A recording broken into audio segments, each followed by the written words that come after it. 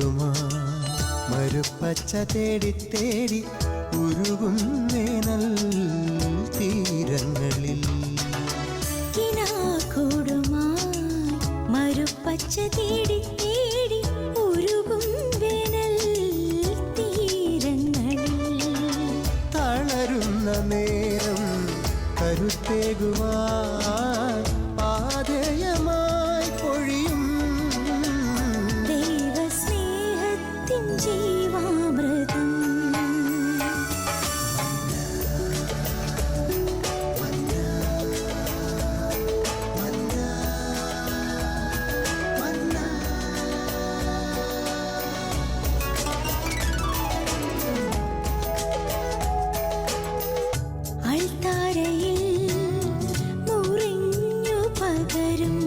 ആത്മയുഗത്തിൻ കൃപയായൊഴുകും അൾത്താരയിൽ മുറിഞ്ഞു പകരും ആത്മയുഗത്തിൻ കൃപയായൊഴുകും വിശ്വസ്നേഹത്തിൻ ദൈവാമൃതം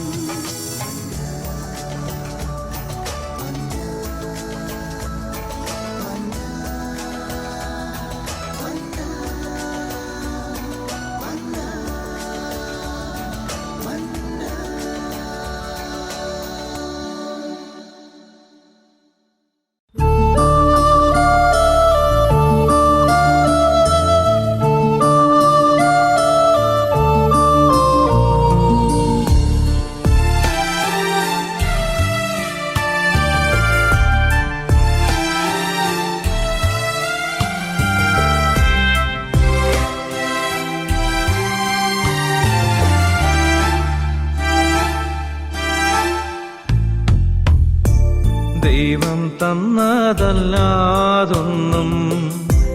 ഇല്ല എൻ്റെ ജീവിതത്തിൽ.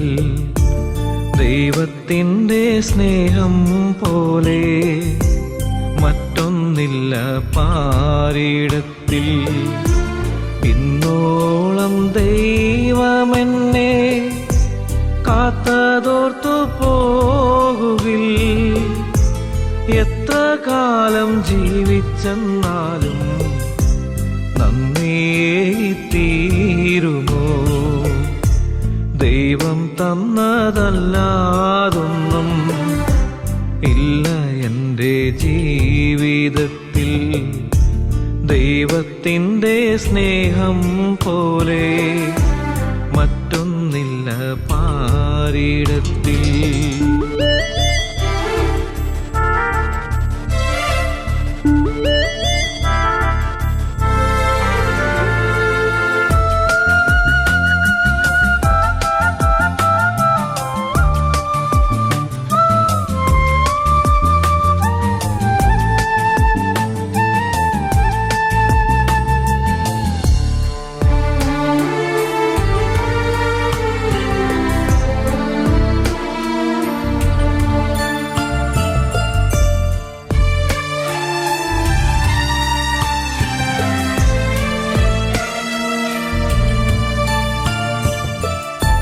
മെഴുത്തിരി നാളം തെളിയുമ്പോൾ നീ എന്നാത്മാവിൽ പ്രകാശമാ.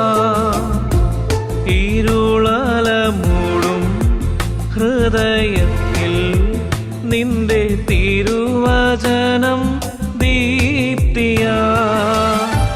കാൽവരിക്കുന്നൻ മനസ്സിൽ കാണുന്നിന്നു ഞാൻ ക്രൂശിതന്റെ സ്നേഹരൂപം ഓർത്തു പാടും ഞാൻ. ഓ എൻ്റെ ദൈവമേ, പ്രാണന്റെ ഗേഹമേ, നിന്നിൽ മറയട്ടെ ഞാൻ. ദൈവം തന്നതല്ലാതൊന്നും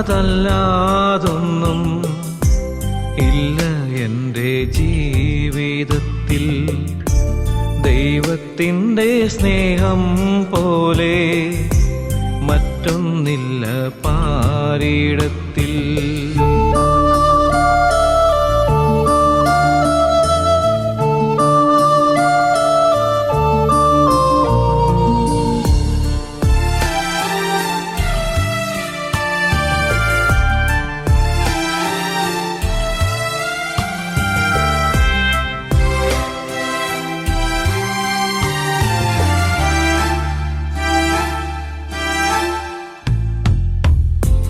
എന്റെ സങ്കടത്തിൽ പങ്കുചേരും ദൈവം ആശ്വാസം പകർന്നിടും.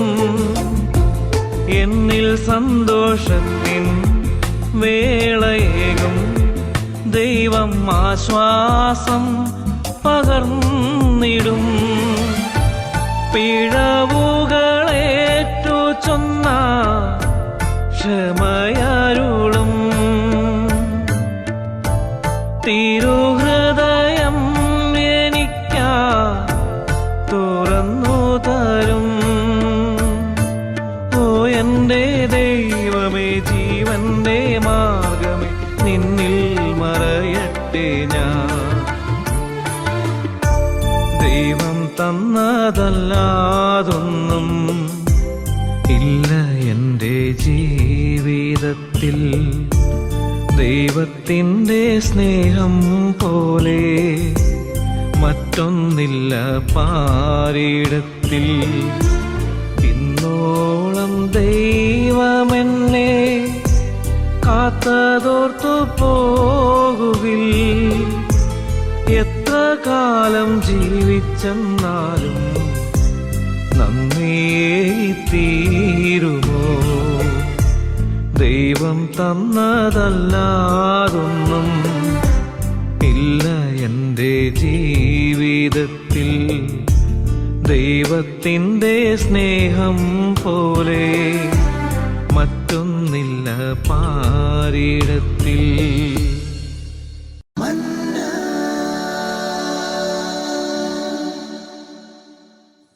പ്രിയപ്പെട്ടവരെ, ദൈവം നമുക്ക് നൽകിയ ഈ പുതിയ വർഷം നമ്മെ സംബന്ധിച്ച് അനുഗ്രഹത്തിൻ്റെ വർഷമാണ്. വിലാപങ്ങളുടെ പുസ്തകത്തിൽ വളരെ സുന്ദരമായൊരു വേടുണ്ട്. അതിപ്രകാരമാണ്: എൻ്റെ കഷ്ടതയുടെയും അലച്ചിലിൻ്റെയും ഓർമ്മ കൈപ്പേറിയ വിഷമാണ്. അതിനെപ്പറ്റി നിരന്തരം ചിന്തിച്ച് എൻ്റെ മനം തകരുന്നു. എന്നാൽ ഒരു കാര്യം എനിക്ക് പ്രത്യാശ പകരുന്നു: കർത്താവിൻ്റെ സ്നേഹം ഒരിക്കലും അസ്തമിക്കുന്നില്ല. ഓരോ പ്രഭാതത്തിലും അത് പുതിയതാണ്.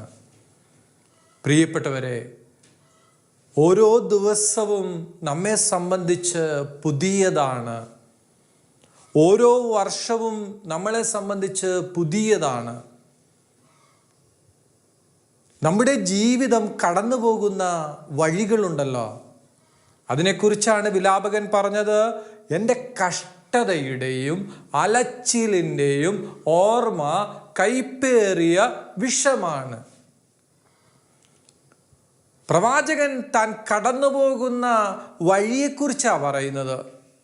കഷ്ടത, അലച്ചില്, അതിനെക്കുറിച്ചുള്ള ഓർമ്മ പോലും വിഷമെന്ന് പറയുന്നത്.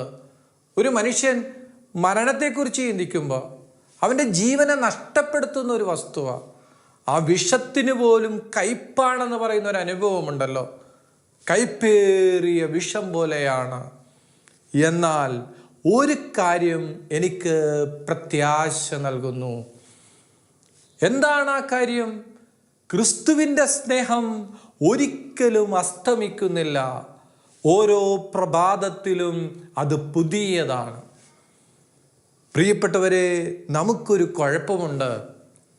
പലരും ജീവിക്കുന്നത് ഭൂതകാലത്തിലാണ്, ഇന്നലകളിലാണ്. ഇന്നലകളിലെ പരാജയങ്ങളിൽ നമ്മുടെ കണ്ണ് ഉടക്കിയിരിക്കുകയാണ്. അതുകൊണ്ട് നമുക്ക് സന്തോഷിക്കുവാനായിട്ട് പറ്റുന്നില്ല. നമ്മുടെ ജീവിതം എന്ന് പറയുന്നത് ദൈവം പ്രവർത്തിച്ച നല്ല കാര്യങ്ങളെക്കുറിച്ച് പലപ്പോഴും നമുക്ക് ഓർമ്മ പോലും വരുന്നില്ല. ബൈബിളിൽ ഏറെ തീഷ്ണതയുള്ള ഒരു പ്രവാചകനുണ്ട്. തീഷ്ണതയിൽ വളർച്ചയുണ്ടായ ഒരു പ്രവാചകൻ. അത് മറ്റാരുമല്ല, ഏലിയ പ്രവാചകനാണ്. ദൈവം ഏലിയ പ്രവാചകനോട് ചോദിക്കുന്നുണ്ട്, നീ എന്ത് ചെയ്യുന്നുവെന്ന്. പ്രവാചകൻ എന്താ പറഞ്ഞത്? സൈന്യങ്ങളുടെ ദൈവമായ കർത്താവിനെ പ്രതിയുള്ള തീഷ്ണതയാൽ ഞാൻ ജ്വലിക്കുകയാണ്. ദൈവത്തെ പ്രതിയുള്ള തീഷ്ണതയാൽ ജ്വലിച്ച ഒരു പ്രവാചകൻ. അല്പം കഴിഞ്ഞ് ദൈവം വീണ്ടും ചോദിക്കുന്നുണ്ട്, നീ എന്തെടുക്കുന്നു? പ്രവാചകൻ പറയുന്നു, അതീവ തീഷ്ണതയാൽ ഞാൻ ജ്വലിക്കുക. നേരത്തെ തീഷ്ണതയാൽ ജ്വലിച്ചവൻ ഇപ്പോൾ അതീവ തീഷ്ണതയാൽ ജ്വലിക്കുക. തീഷ്ണതയിൽ നിന്ന് അതീവ തീഷ്ണതയിലേക്ക്. ഇപ്രകാരം തീഷ്ണതയാൽ ജ്വലിച്ച പ്രവാചകൻ നിസ്സാരക്കാരനല്ല. 300 കണക്കിന് പ്രവാചകന്മാര് ബാലിന്റെയും അക്ഷേര പ്രതിഷ്ഠയുടെ മുമ്പിൽ കമിഴ്ന്നു വീഴുമ്പോൾ ദൈവമായ കർത്താവിന് വേണ്ടി മാത്രം നിലകൊള്ളുന്ന ഏക വ്യക്തി ആ കാലങ്ങളിൽ ഏലിയ മാത്രമാണ്. പ്രിയപ്പെട്ടവരെ, ആ ഏലിയ പ്രവാചകൻ പ്രാർത്ഥിച്ചുകൊണ്ട് സ്വർഗത്തിൽ നിന്ന് അഗ്നി ഇറക്കി. പ്രാർത്ഥിച്ചുകൊണ്ട് സ്വർഗത്തിൽ നിന്ന് അഗ്നി ഇറക്കിയ ഈ പ്രവാചകനെ ദൈവം എത്ര അത്ഭുതകരമായിട്ടാണ് നയിക്കുന്നത്. വരൾച്ചയുടെ കാലങ്ങളിൽ അദ്ദേഹത്തിന് ഭക്ഷണവുമായിട്ട് ദൈവം കാക്കയെ അയച്ചു. ഈ പ്രവാചകൻ വരൾച്ചയുടെ നാളുകളിൽ ദൈവം പ്രവാചകന് വേണ്ടി സമയാസമയങ്ങളിൽ ഭക്ഷണം നൽകുവാൻ കാക്കയെ അയച്ചു. അദ്ദേഹത്തിന് കുടിക്കുവാൻ കെറീത്തില് ആ അരുവിയിൽ അല്പം വെള്ളം ദൈവം മാറ്റിവെച്ചു. സമയാസമയങ്ങളിൽ അപ്പവുമായിട്ട് വരുന്ന കാക്ക ദാഹം തോന്നുമ്പോൾ തനിക്ക് കുടിക്കാൻ മാത്രം വെള്ളം കെറീത്തിലെ അരുവിയിൽ ദൈവം മാറ്റിവെച്ചിട്ടുണ്ട്.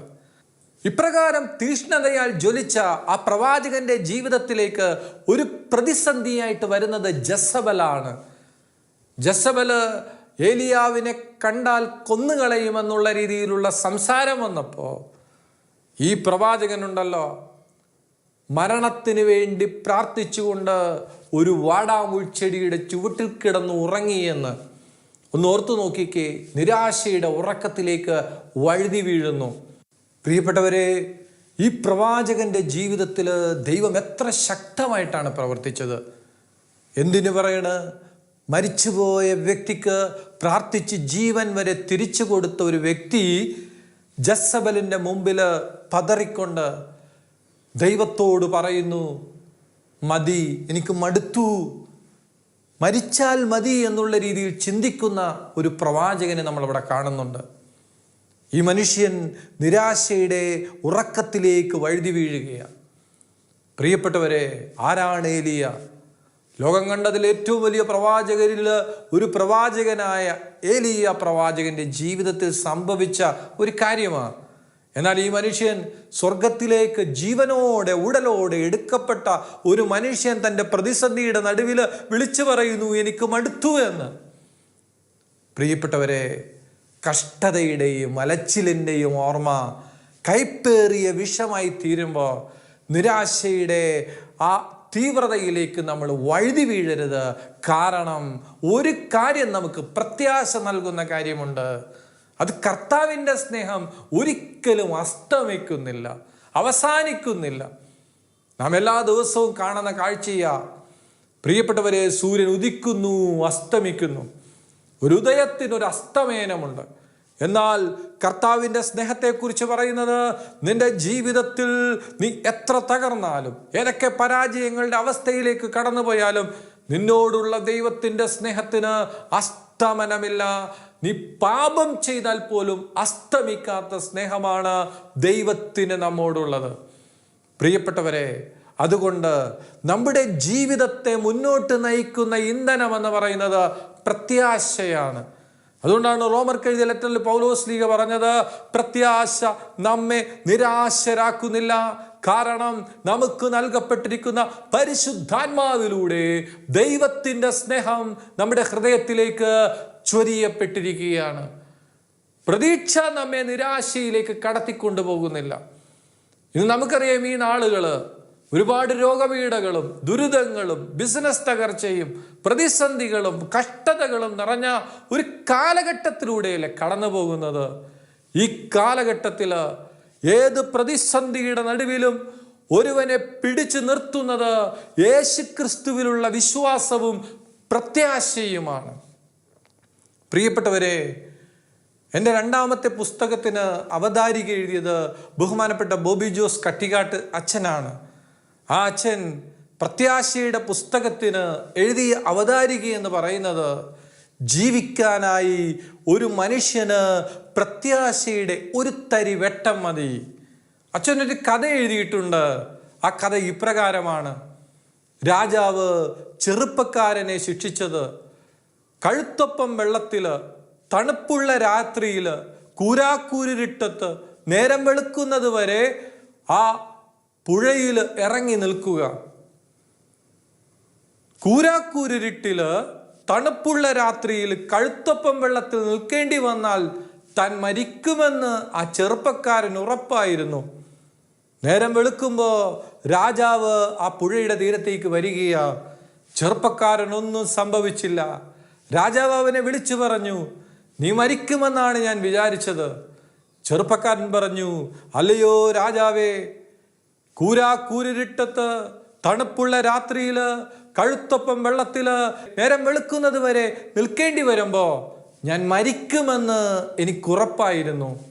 എന്നാൽ കൊട്ടാര ജാലകത്തിലെ ആ ഒരൽപ്പം ചിരാതുണ്ടല്ലോ, ആ ചിരാതില് അതിലേക്ക് നോക്കിക്കൊണ്ട്, ആ ചെറിയ പ്രകാശത്തിലേക്ക് നോക്കിക്കൊണ്ട് ഞാൻ എൻ്റെ സങ്കടത്തെ മുഴുവൻ അതിജീവിച്ചു എന്ന്.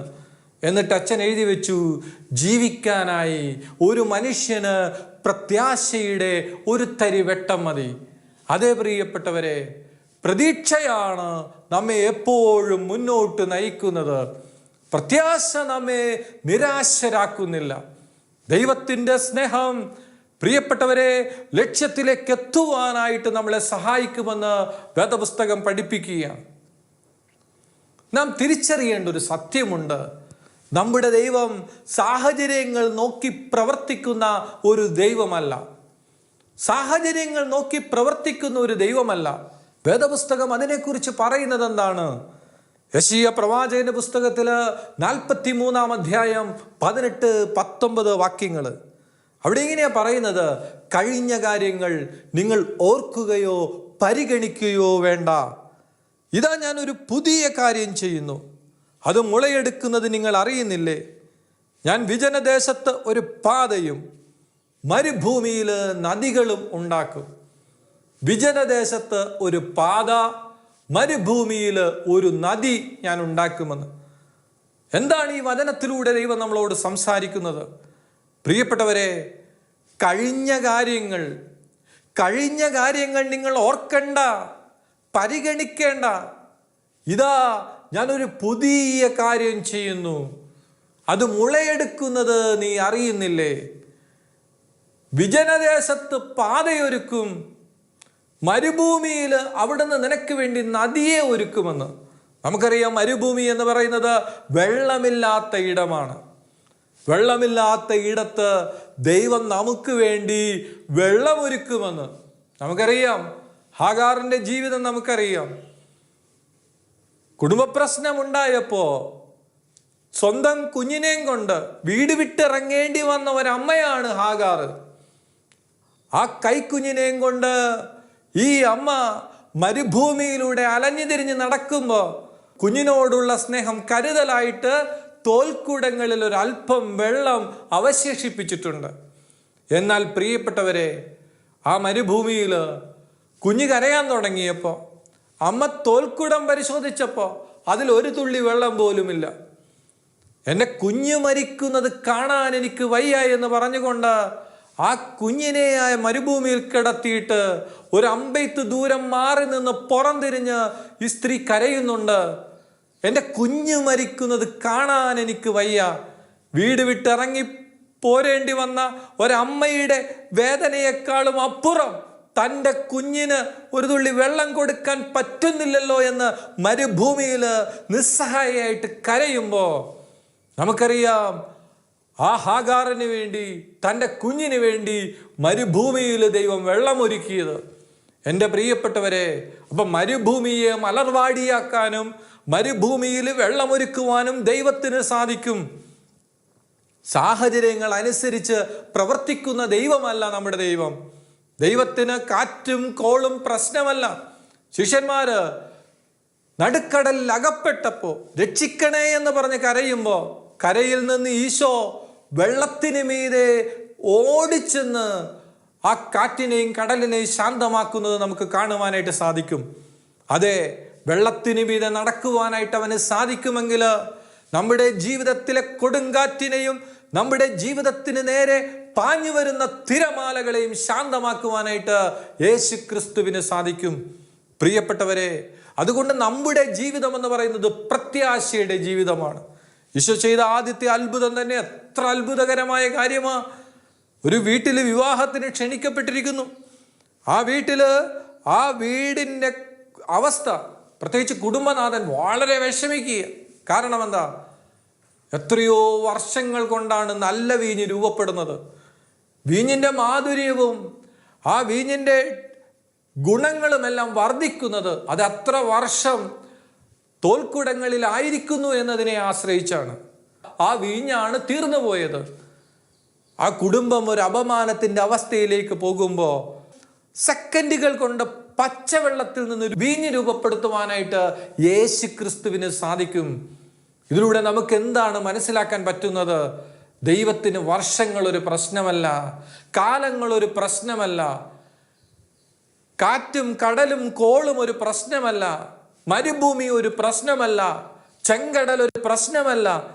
ഒരു ജനത്തിന് അവിടെ നിന്ന് ചെങ്കടൽ വിഭജിച്ചുകൊണ്ട് ചെങ്കടലിന് നടുവിലൂടെ ഇസ്രായേൽ ജനത്തെ തേനും പാലും ഒഴുകുന്ന കാനാൻ ദേശത്തേക്ക് യാത്ര ചെയ്യുമ്പോൾ ഈജിപ്തിൽ നിന്ന് രക്ഷപ്പെടുവാൻ ദൈവം ചെങ്കടലിൽ വഴിവെട്ടിയെങ്കിൽ, ഈ വചനം കേട്ടുകൊണ്ടിരിക്കുന്ന പ്രിയപ്പെട്ട കുഞ്ഞെ, നിന്റെ ജീവിതത്തിലെ പ്രശ്നങ്ങൾ ചിലപ്പോൾ നാളുകൾ കൊണ്ട് തീരേണ്ടതാകാം. പക്ഷെ അത് ദൈവത്തിന് പരിഹരിക്കുവാനായിട്ട് ഒരൊറ്റ സെക്കൻഡ് മതി. അതിലേക്ക് നമ്മളെ നയിക്കുന്നത് നമ്മുടെ പ്രത്യാശയാണ്, നമ്മുടെ പ്രതീക്ഷയാണ്. എൻ്റെ ദൈവം എനിക്ക് വേണ്ടി ഇടപെടുമെന്നുള്ള ആ വലിയൊരു പ്രതീക്ഷയുണ്ടല്ലോ. ഒരു സ്ഥലത്ത് ഭൂകമ്പമുണ്ടായി. ആ ഭൂകമ്പത്തിൽ കുറച്ച് ദിവസങ്ങൾക്ക് ശേഷമാണ് കുറച്ച് കുട്ടികളെ ആ ഭൂകമ്പത്തിൽ തകർന്ന കെട്ടിടങ്ങൾക്കുള്ളിൽ നിന്ന് രക്ഷിക്കുവാനായിട്ട് രക്ഷാപ്രവർത്തകർക്ക് സാധിച്ചത്. ഈ കുറച്ച് ദിവസങ്ങൾ ഈ കുട്ടികൾ ഈ കെട്ടിടത്തിൻ്റെ ഉള്ളിൽ കുരുങ്ങിക്കിടക്കുക. പ്രിയപ്പെട്ടവരെ, പത്രപ്രവർത്തകർ ആ കുഞ്ഞുങ്ങളോട് ചോദിക്കുന്നുണ്ട്, മക്കളെ, നിങ്ങൾ എങ്ങനെയാണ് പിടിച്ചു നിന്നത്? ഇത്രയും ദിവസം ഒന്നും കാണാതെ, ഒന്നും കേൾക്കാതെ, ഭക്ഷണം കഴിക്കാതെ നിങ്ങൾ എങ്ങനെയാണ് പിടിച്ചു നിന്നത്?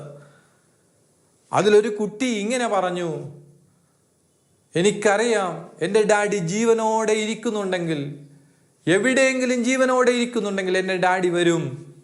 അത് ഞാൻ എൻ്റെ കൂട്ടുകാരോട് പറഞ്ഞു. ആ ഒരു പ്രതീക്ഷയുണ്ടല്ലോ, ആ ഒരു പ്രത്യാശയുണ്ടല്ലോ, ആ കുഞ്ഞുങ്ങളെ ജീവൻ നിലനിർത്തുവാനായിട്ട് കാരണമായി മാറി. പ്രിയപ്പെട്ടവരെ, തകർച്ചകളുണ്ടാകും, പരാജയങ്ങളുണ്ടാകും, രോഗപീഠകളുണ്ടാകും, വീഴ്ചകളുണ്ടാകും. പക്ഷെ നമ്മൾ വീണു പോകരുത്. ഭൂമി കുലുങ്ങാം, പക്ഷെ നമ്മൾ കുലുങ്ങരുത്.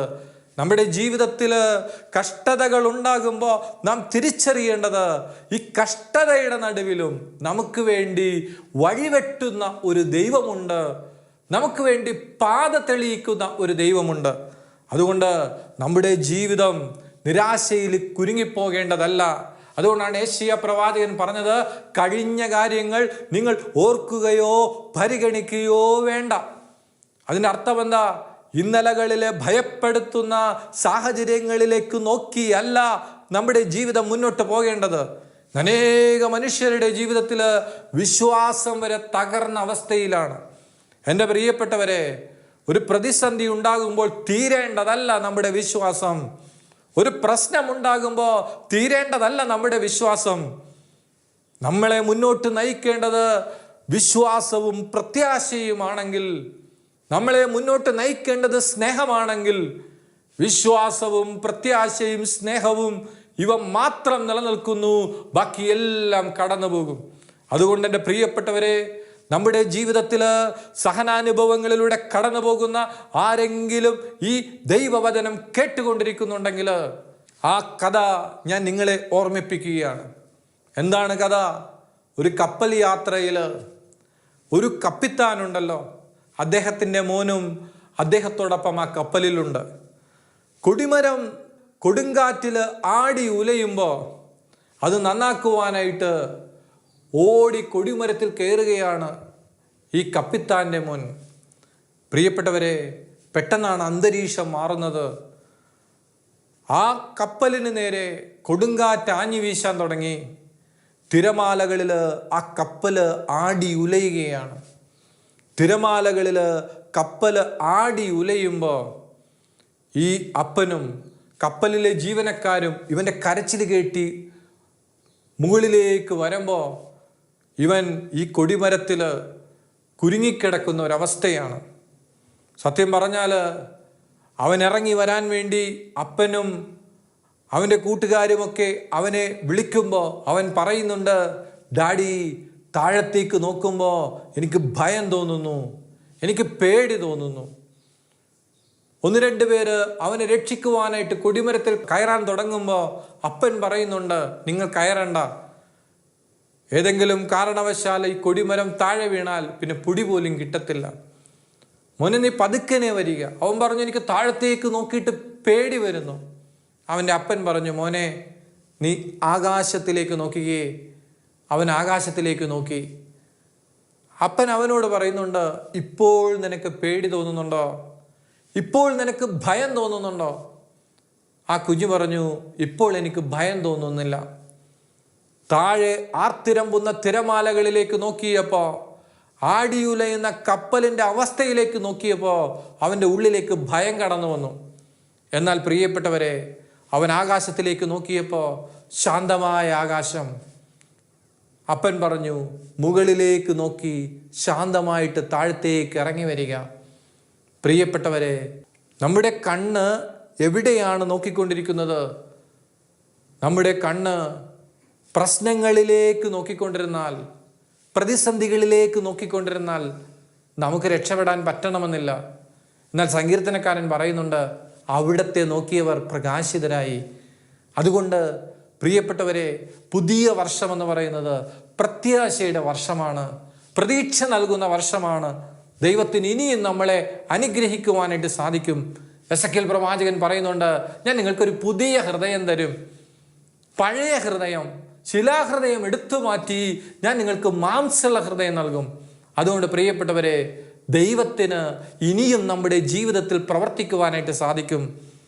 നിന്റെ ജീവിതം കടക്കണി നിമിത്തം നശിക്കുവാൻ പോകുന്ന ആ വലിയ പ്രതിസന്ധിയുടെ നടുവിലാണെങ്കിൽ പോലും ഈ കടക്കണിയിൽ നിന്ന് നിന്നെ രക്ഷിച്ച് നീ സമൃദ്ധിയുള്ളവനായി മാറുവാൻ തക്കവണ്ണം നിന്നെ അനുഗ്രഹിക്കുവാനായിട്ട് ദൈവത്തിന് സാധിക്കും. കാരണം ദൈവം ഈ പ്രപഞ്ചത്തെ സൃഷ്ടിച്ചത് ഒന്നുമില്ലായ്മയിൽ നിന്നാണ്, ശൂന്യതയിൽ നിന്നാണ്. ശൂന്യതയിൽ നിന്ന് ഈ പ്രപഞ്ചത്തെ രൂപപ്പെടുത്തിയ ദൈവത്തിന് ഈ വർഷം അനുഗ്രഹത്തിൻ്റെ വർഷമാക്കി മാറ്റുവാനായിട്ട് സാധിക്കും.